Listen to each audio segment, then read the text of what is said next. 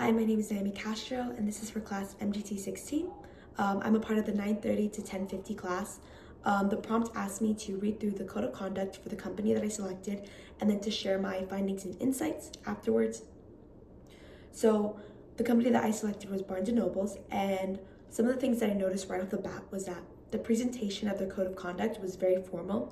There were no images, there wasn't any color, it was just black text. And to me, I thought that they were trying to convey a sense of professionalism and seriousness, but I also thought that this came off as being very cold and very stiff because it's not as engaging and there isn't as much color or pictures. There were a few good things that I really liked about their code of conduct. For one, is it starts off explicitly stating that everybody, regardless of position, has to follow their code of conduct, no exceptions. And I think this is really good because it promotes fairness as a company.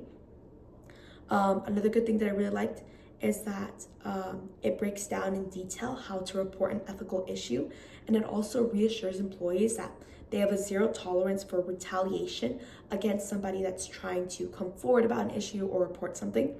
And I think that's a really good thing to include because employees could feel scared or, they might be worried that they would face backlash or they might get fired.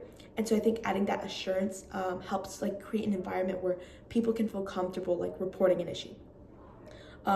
Finally, the last thing that I really liked about their code of conduct was that they list common examples of conflicts of interest and they are very detailed with it. For example, they talked about conflicts of interest when it came to friends and family, business opportunities, personal benefit. And I really like how detailed they were about it because it leaves less ambiguity for people. There were a few cons with their code of conduct, however. One thing was that I felt like it placed a large emphasis on the more technical aspects of being an employee. They talked a lot about protecting assets, complying with the law, confidentiality, and topics like these took up the majority of the code of conduct. So I felt like they didn't go into enough depth as to what are some of the core values that, Barnes & Nobles is trying to promote. So that was the only criticism that I had about their code of conduct. I also did research outside of their code of conduct, and I found that the company has some complaints when it comes to treatment of their workers. So some workers have complained about having a low pay. They complained about workplace harassment, bias within management. Part-time employees also complained that they received a lack of benefits.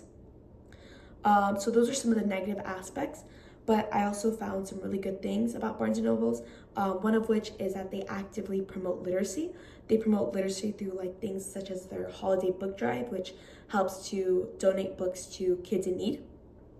They also host a lot of community events like book clubs and author signings, and I feel like that's really good because it brings the community together and it provides that engagement.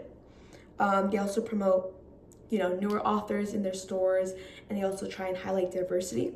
Sometimes when you walk into a Barnes & Nobles, they'll have displays that, will try and promote these new books that just came out. And so I think those are all very positive aspects.